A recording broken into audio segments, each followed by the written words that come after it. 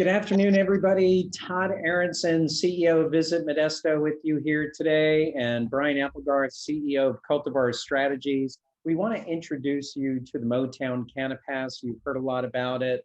It will be launching next week. We want to help you understand why we're launching, who is our audience, and what the program is about.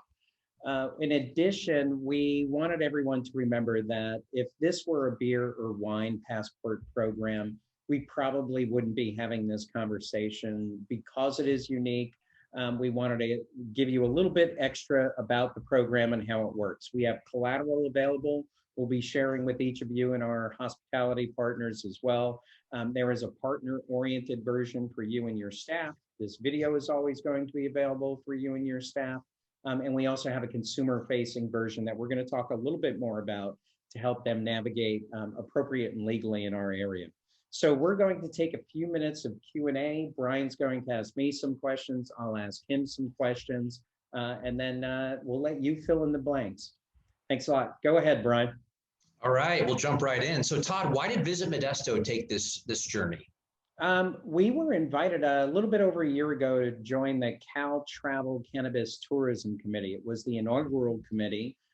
Cal Travel kind of heads up all of tourism programming for the state of California on a lobbying level. Visit California is actually the marketing arm of program. So Cal Travel presented this committee, and on that committee, we learned a lot about the industry, a lot about different types of travelers, who they are, where they're going, how they consume, what they look like. And we saw a lot of matches, you know, they're foodies, they're pet lovers, they like outdoors, they like wine, and we'll get more into that. So we started this journey because we said that's actually what our traveler looks like.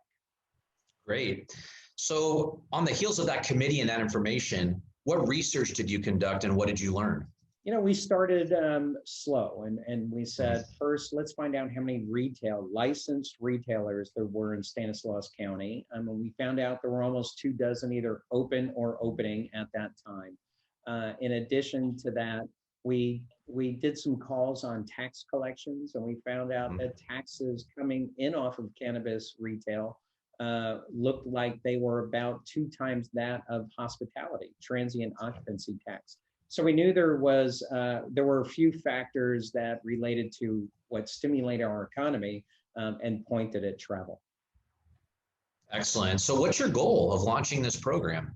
You know, we really want to make sure that people who are coming here and consuming are doing so safely. They're using licensed retailers. They're not going on the dark market, and they're a part of the system. They know what the laws are. And we also want to make sure that we're promoting a business that supports our tax and job space. A lot of hospitality or a lot of travelers support our hospitality industry.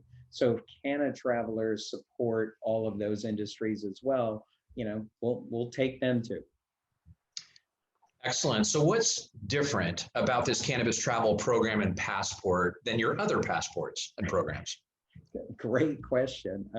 Absolutely nothing. If we were launching a beer passport, like I said, we wouldn't be having this conversation. I'm a whiskey lover. You know, I'd love to have a Scotch passport, and we wouldn't be having this conversation.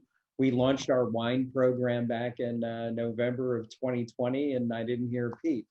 Right. But this is could be viewed as a controversial historically industry, so we wanted to go slow. So why did you want Modesto to be the first? That was not our intention. You know, going down this road, we didn't say, oh, how many others are there, and let's be first and lead the charge. California wasn't even the first state to legalize marijuana. So it was a surprise when we learned that we're first, but that's okay. It just made us do our due diligence to the nth degree. We wanted to launch about a month and a half ago. And for a lot of good reasons, we held back on doing so. So we're okay being first. Are you okay with us being first? Oh, I'm excited about it. Yeah, absolutely. It's going to be a program that really sets a precedence in a positive way for normalization and including cannabis in a normalized way as part of a greater destination experience. And people are already traveling here for cannabis. So, you know, there's that.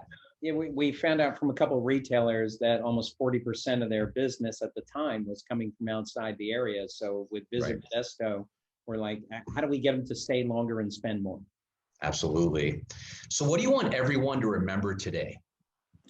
Education and safety. We're really doing a lot of unique things with a passport like this that even though it's pseudo equal to beer, wine, or other controlled substances, we're promoting legal purchasing using licensed retailers.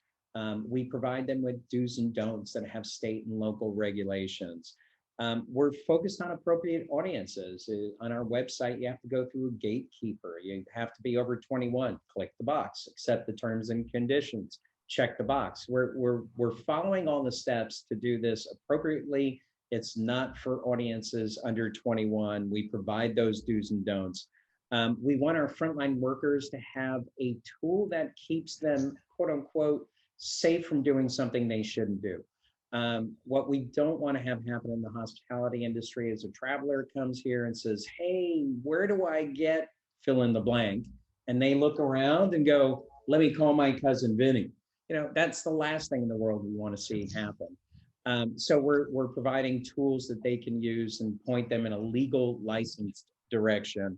And we want the Canada travelers to feel welcome. Modesto is a great place to play, work, live, and cannabis is legal here. So we want them to feel comfortable to include all their travel experiences here, especially in this new drive demand market in the pseudo post-pandemic world. Makes sense. Okay, I get to ask you questions now, right? All right, I'm ready. Why don't you tell us a little bit about your industry and cultivar strategies? Yeah, so I've been working in cannabis travel for about 5 years. And I was brought on by MMGY Travel Intelligence as a subject matter expert to facilitate the first ever national survey looking at this cannabis motivated travel audience. I actually met one of the owners of MMGY Travel Intelligence when I was speaking at a conference for the National Hotel and Lodging Association in Northern Michigan. And we collaborated on this kind of first of its kind national survey to identify the cannabis motivated travel audience. Who are they? What motivates their travel decisions and beyond? Also, part of my journey since 2015 was being asked over a year ago to chair the Cannabis Travel Committee or Cannabis Tourism Committee under the California Travel Association, which you mentioned prior. And since then, it's toggled up to the national and the North American level. So I really serve as a subject matter expert, as somebody who is a steward of this travel trend from CBD, health and wellness, to cannabis retail, to consumption and beyond. And Cultivar Strategies is a solutions provider for travel destinations around the cannabis travel trend. So you went out, you created a survey, first of its kind, am I right? Yes, sir. Absolutely. Yeah, so this was looking at the national lens. So it was a statistically significant survey. MMGY Travel Intelligence has, I believe, 12 offices around the world. So they're steeped in this travel intelligence. And what we did was we took a close look at kind of what is the active leisure travel audience that's motivated by accessing cannabis experiences as part of their destination experience. So what does that traveler look like? So this is a side-by-side with the average leisure traveler of the United States. So what we discovered here, you'll see that, for example, the cannabis motivated travel audience they skew a bit higher as a foodie, for example. So they appreciate cuisine and local cuisine and interesting foodie experiences. And they skew about 10 points higher in that kind of data point. Also, we found they're attracted to nature and the outdoors. The beach bums, the outdoor adventurers, you'll see that they skew quite a bit higher than the average leisure traveler. So the cannabis motivated traveler is somebody who enjoys nature and natural experiences. Even at the bottom right there, you see the sports addict and how the cannabis motivated travel audience is actually pretty active. So the Cannabis 2.0 conversation is very different than what cannabis used to be. And this travel audience is very active in market. And we also learned that the household income of this cannabis motivated travel audience really leans into kind of the affluent traveler. So they have disposable income to spend while in a destination. Okay. how do they use cannabis products? So they use So cannabis. my question being that a lot of us have this connotation of somebody smoking a doobie, eating Mhm. Cheetos on a park bench. Is that what we're going to see? No, that's not what we're going to see. Yeah, cannabis has evolved rapidly. You know, cannabis has been legal in California. You can purchase it legally since 2018, right? So a lot has changed, and there's many different types of products that exist now on the shelves. That's methods of ingestion, product types, as well as potency, et cetera. So part of this survey that we conducted with MMGY Travel Intelligence really got a snapshot at what are the methods of ingestion and the product types that the cannabis motivated travel audience is geared toward, that's interested in. And what we found is actually smoking and vaping ranked in the very bottom, right? So smoking and vaping were of least interest to the cannabis motivated travel audience. You see edibles, topicals, and beverages were all ranking higher of interest to this cannabis motivated traveler. To compound on that, you'll see in the top three, two of the top three are actually CBD products. So these are people looking specifically for CBD products without THC, likely for health and wellness, and well as improving quality of life, all the things that CBD does. So I guess this really shows that the inhalation isn't really of interest as much to this travel audience as people might assume. And beyond that, people are really looking at CBD products, topicals, edibles, beverages, as well as some THC products, but it's all kind of in there. Yeah, I want to talk about that health and wellness for a moment. I know my brother was visiting from out of the region recently. His wife has horrible nerve damage from a disease. I shot you a note about, is there something in the CBD realm that was good for that?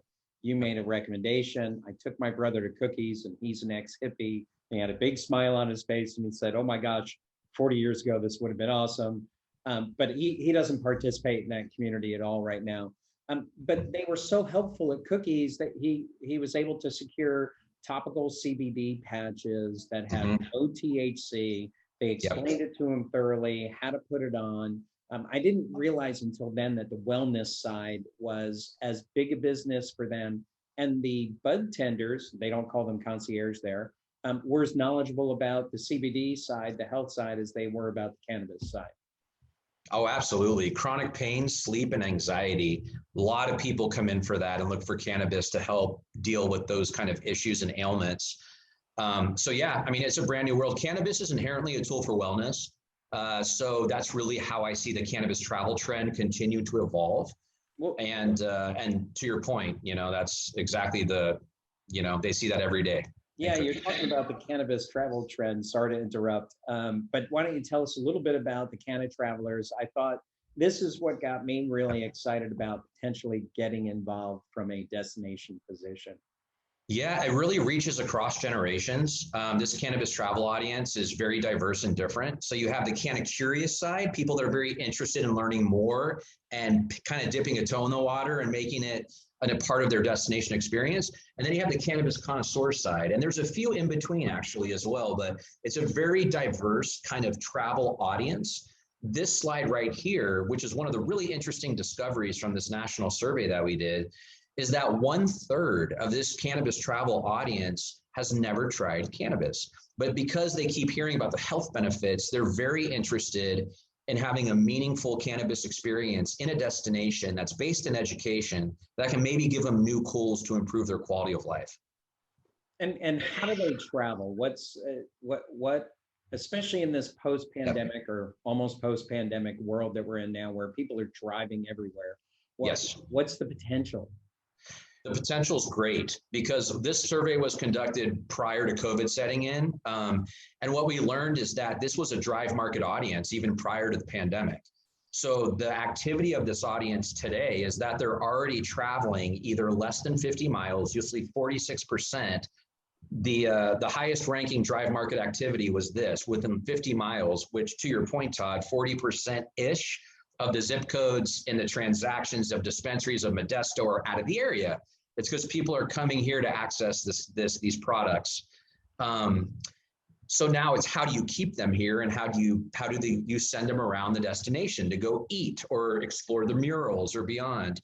The other interesting discovery is 22%, almost 1/4 of this cannabis motivated travel audience is willing to travel more than 200 miles for an interesting cannabis destination experience, which goes back to that, being the first, having a coordinated, normalized pass that really serves this audience in a way above and beyond just having a dispensary that sells product, really has a high chance of attracting this kind of traveler. And this is why you could reach the LA market. Yeah, and that traveler who is going more than 200 miles, they're going to stay for at least one night, if not 2 nights.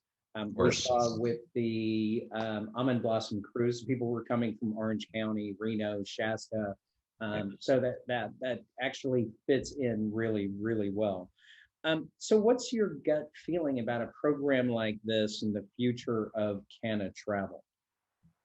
I mean, this program like this is really going to be a step forward in normalization. It's going to be a shining example of how to include cannabis today as part of the destination experience. It's also going to give a level of destination preparedness that I don't believe really exists in any other destination, which is a meaningful tool that can be handed to anybody that's interested in experiencing cannabis in Modesto.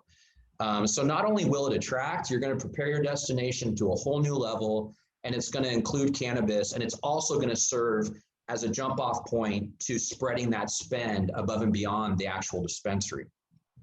Thanks, Brian.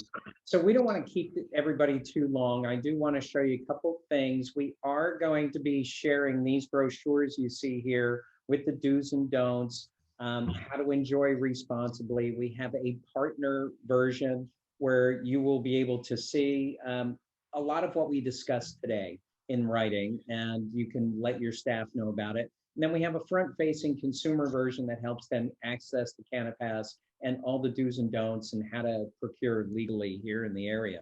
So if you have questions, send an email to me, Todd, with 2 Ds at visitmodesto.com.